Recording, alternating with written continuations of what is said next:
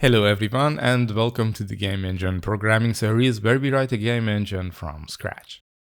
In the last video, we extended the low-level materials to include uniform values for PBR properties, which is useful for objects that are not using all or some of the textures needed for physically based rendering.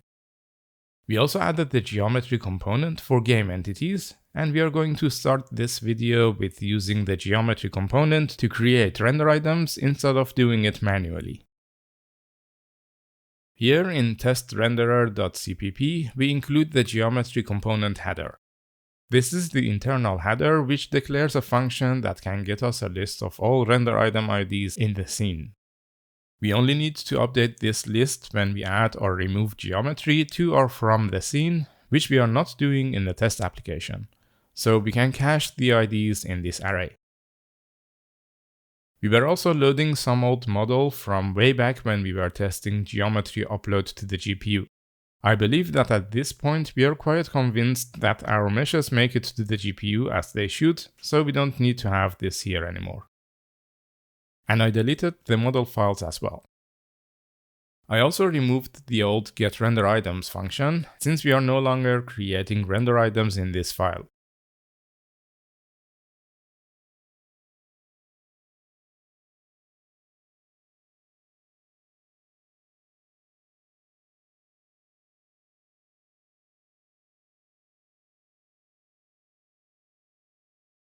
When creating a game entity, we have the option to also give it a pointer to a geometry init info, which in turn is passed to the game entity creation function.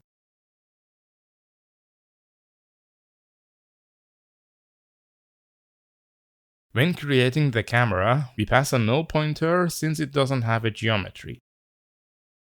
I'll also add it here in case we switch to this camera position. As I mentioned, we call geometry's getRenderItemIDs function to fill in the array of IDs. We have to know beforehand how many objects we expect it to return so that we make enough room in the array for the IDs. We have got the lab, fan, interceptor and the fembot models, plus 12 additional spheres as we'll see later in this video. We can see here that this function just copies the array of IDs. Since we are not loading the old model anymore, we also don't have to unload it.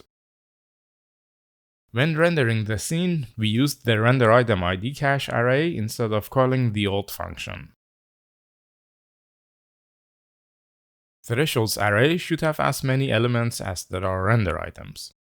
Keep in mind that this is test code and I didn't bother making it pretty or robust. Most changes are made in renderitem.cpp, where ironically we are no longer making any render items, since that's now done by the geometry component. It's quite a few changes, but I'll show you the whole file later in this video, so don't worry about missing anything. First we add the geometry header. I also added the test header, where these constants are defined and we only want to include this file in the compilation if test_renderer is defined. Then we also add a variable to hold the ID for the sphere model and 12 game entities for each sphere in the scene. The function signature for createOneGameEntity is updated to match its implementation in the testrenderer.cpp as we saw earlier. And we can remove everything that has to do with render items, since they are going to be created by the geometry component. So I removed these lines here.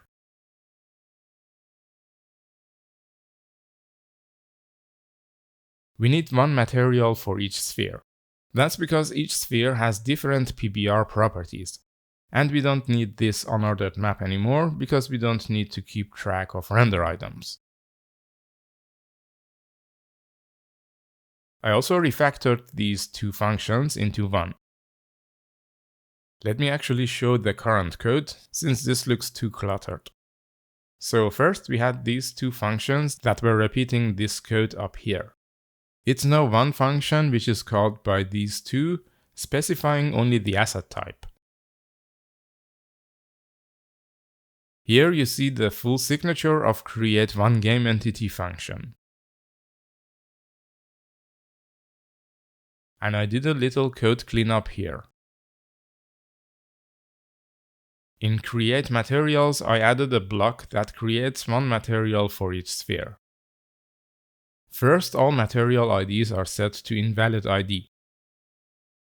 Here we have a constant array with metallic and roughness values for each of the 12 spheres. Each row contains the value for non-metallic and metallic spheres respectively. The value of roughness goes from 0 to 1 in each row, making the spheres fully smooth on one end and fully rough on the other end. All spheres have the same base color, and in this loop we call create resource to create the materials. The rest of the function remains the same, which we can see here. We had a function that removed render items, and it's no longer needed. Removing the game entities will be done in another function, as we'll see in a minute. This function is replaced with another one that removes models from the engine. The next function is create render items, which now doesn't create render items anymore, but it will simply create game entities with geometry components. Here we have a thread that loads the sphere model. The old calls to create one game entity and add render item functions are removed and replaced by this block, which only creates the game entities. Now we can create the entities as before, with the addition of the geometry component that points to the uploaded model and the materials that are going to be used with it. Therefore, we use an init info and set its members for each entity. Where we create the game entities for the spheres, we also determine each sphere's position within the scene. I put them in 2 rows diagonally in the scene, and that's why we have this z equals x here. Also note that the lines with render item entity map are removed. In destroy render items, we just call remove game entity, which will take care of removing render items, which is similar to what it was before, with the addition of this for loop for removing sphere entities. And we also remove the models here in this function. Here I added another for loop for removing the materials used for the spheres. Finally, since we get the render item IDs directly from the geometry component now, this function is no longer needed. These are all the changes I made to this file. Now I'm going to show you the entire file page by page, so you can pause the video and make sure that you didn't miss anything if you're following along.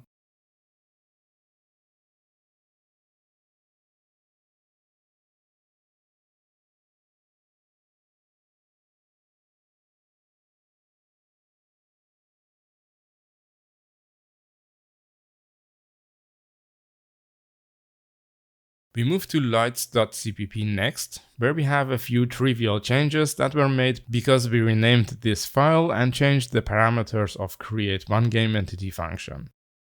Make sure to update the signature in this forward declaration as well, in the same way as we did in renderitem.cpp. Because we don't have any geometry attached to these lights, we can simply pass a null pointer. At this point, we are creating the entities using a geometry component, and we are also passing the PBR properties for each material to the GPU. The next step is to implement physically based shading in our pixel shader. As we saw in the first part of this episode, where I gave a summary of the theory behind physically based rendering, we used 3 functions in order to calculate the specular BRDF of the rendering equation. These are the normal distribution, the masking, shadowing, and Fresnel functions, which I put together in this file. As I explained in that video, we used the Trowbridge and Wright's variant of the GGX for the normal distribution function. For masking shadowing term, we used the Smith GGX correlated function. I also included its approximation in case you'd like to experiment for yourself to see what the effect is in terms of quality and performance. And we used the Schlick function with approximated F90 for the Fresnel term. I also included a function overload where we can pass F90 as a parameter.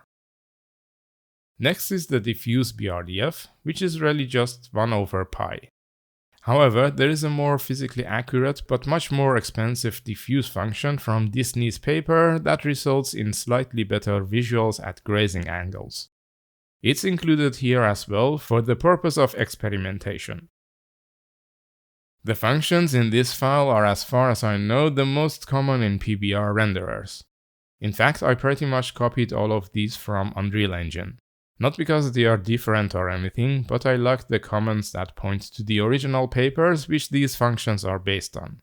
Otherwise, they are identical to any implementation you can look up in other codebases. Obviously, you can feel free to replace any of these with other variants in order to see their effect on image quality and rendering performance.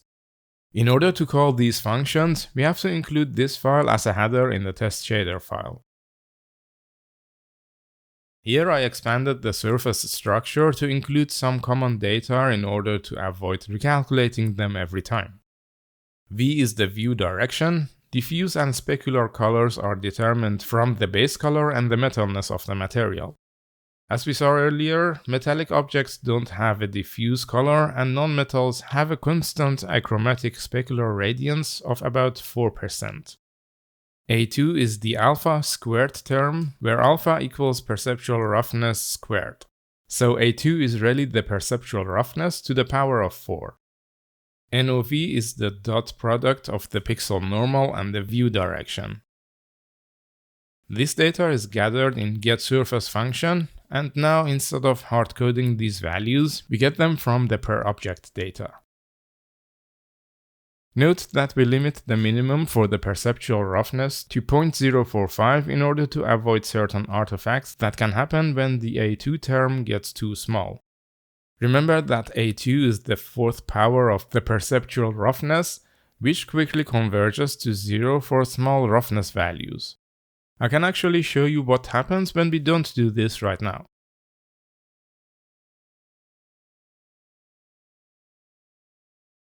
Let me turn off the rotation for the textured model so we can see it more easily.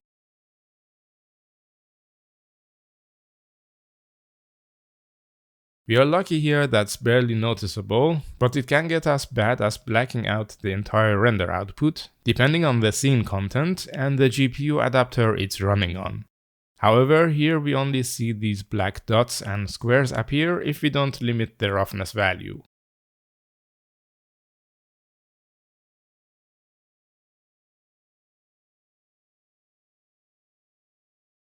Putting it back again, we see that the artifacts are no longer happening.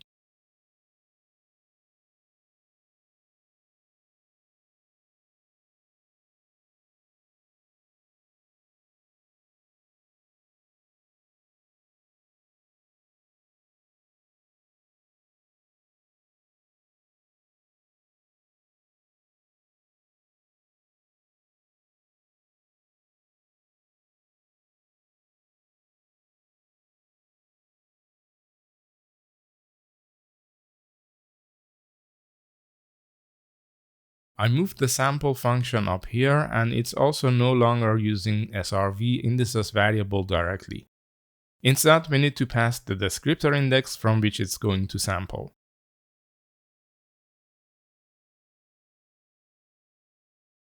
So here we take the index from SRV indices and pass it to the sample function.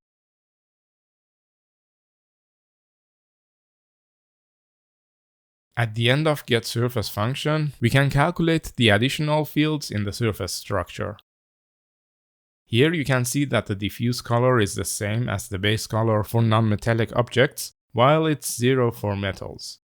The specular color is 0.04 for non-metals, and it's the same as the base color for metals. This value is also used for F0 parameter, which is the color of the material viewed in the same direction as the surface normal. Here we pass the view direction to getSurface function, and since the view direction is now included in the surface structure, we can use that instead of passing it as a parameter to lighting functions. So I went ahead and removed it everywhere.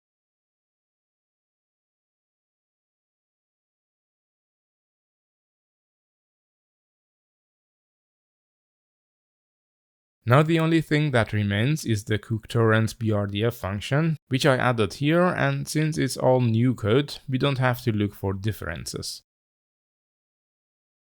Here we get the surface and compute all parameters that we are going to pass to the NDF, masking, shadowing, and the Frummel functions.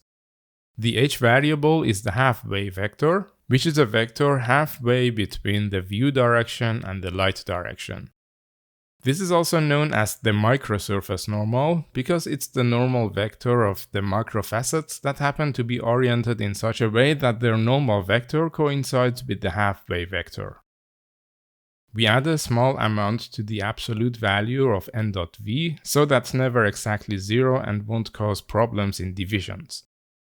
In addition, the values for n.l, n.h, and v.h are calculated and clamped between 0 and 1. Now we have everything needed as parameters for the BRDF terms and we can call them accordingly. The specular BRDF is then the product of these three functions. The diffuse part is simply the diffuse color divided by pi. Here you can also call the Disney's diffuse function if you want to compare the results. As I explained in the first video of this episode, the diffuse BRDF is the result of scattering of light in the volume of the material, which then exits the material in random directions. In order to improve this approximation, we can subtract the part of incident light that didn't enter the material. This is given by the Frummel term.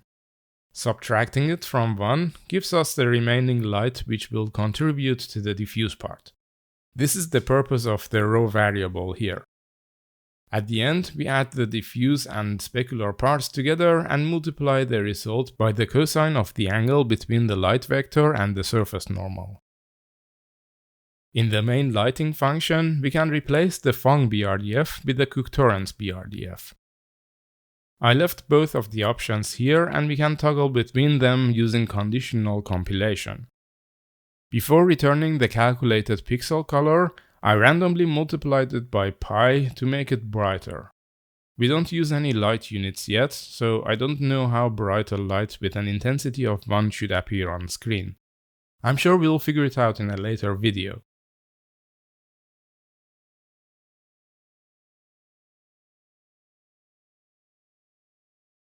To summarize, let me put the functions in the BRDF file next to our shader.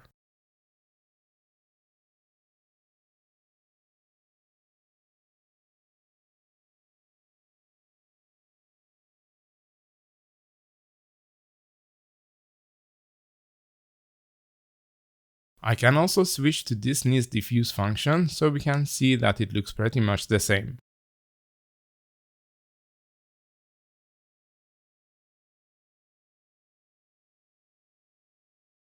Here we can see that it has a brighter diffuse at grazing viewing angles. We can compare them again when we have a fully textured scene so that it's easier to decide if the visual quality justifies the higher cost of computation. For now, I'll switch back to the Lambertian diffuse model. These are all the updates to the test shader file. And here I'll show the whole file in order to make sure that you didn't miss anything. As always, if you have any questions or remarks, you can feel free to reach out in the comments or on Discord. That concludes the implementation of physically based rendering. Hopefully it was enough to get you started in doing your own experimentation and implementation. In the remainder of this video, I'm going to show you all the small code cleanups and improvements that I did, which don't necessarily have anything to do with PBR.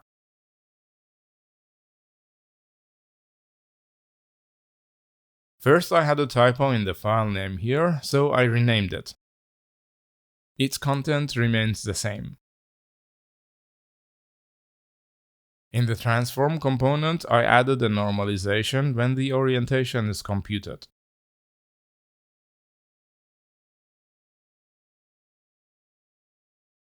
Here I made these functions constexpr and added a noDiscard attribute.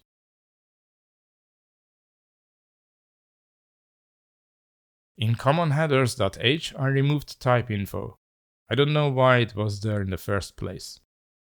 I also moved this block to math.h, which I'll show you in a bit. I moved math types to math.h as well and moved these two up here.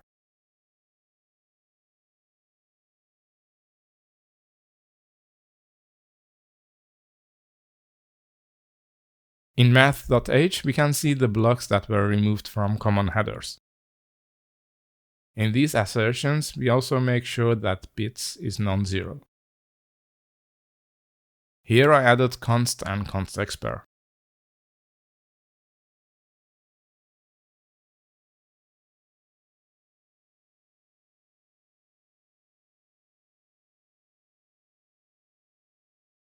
I made this f32. In input_win32.cpp, I fixed an autocompletion typo where I was using horizontal mouse wheel instead of just mouse wheel. In engine API, I added maybe unused attribute to result variable, since it was giving compiler warnings in release build. In d3d12 core.cpp, in endFrame function, I was taking a reference to Ven's value and incrementing it via that reference, which is kind of pointless. Instead, we can copy its value after we added 1 and use it in the rest of the function. Of course, it's perfectly fine to use the member variable Ven's value directly instead of making a local copy.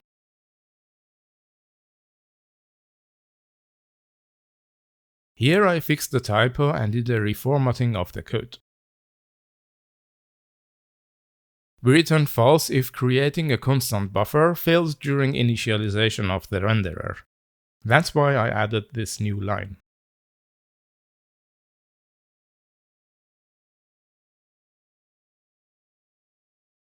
At the end, I put this barrier after this function call. Not that it matters much though.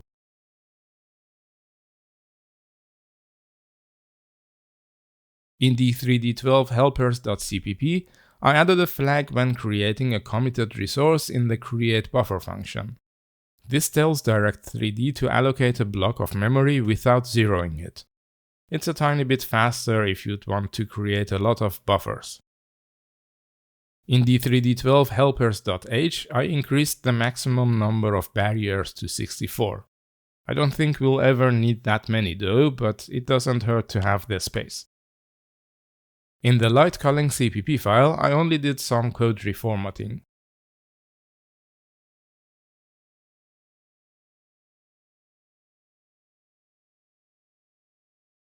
And fixed the typo here.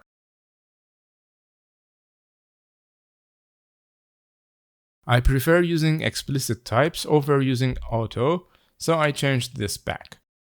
Here we didn't need to call move. I made these parameters const reference instead of pass by value. And here we must use the logical AND operator instead of the Boolean AND operator for checking a flag.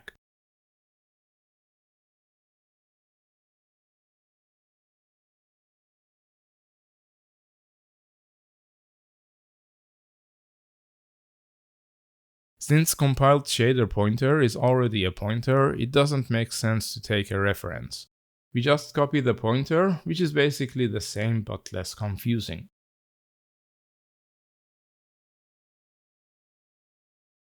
In the d3d12 surface class, I changed the default backbuffer format to a 16-bit floating point format that can be used for high dynamic range rendering. We don't have to do anything else in order to use it. I also added a link for more information. And finally, I put this flag attribute at the right place for texture flags.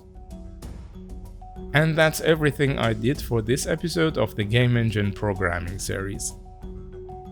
At this point we have a functioning PBR renderer and we are ready to add the next feature. In the following episode, we'll work on processing cube maps for image-based lighting. As always, thank you for joining me and I'll see you next time.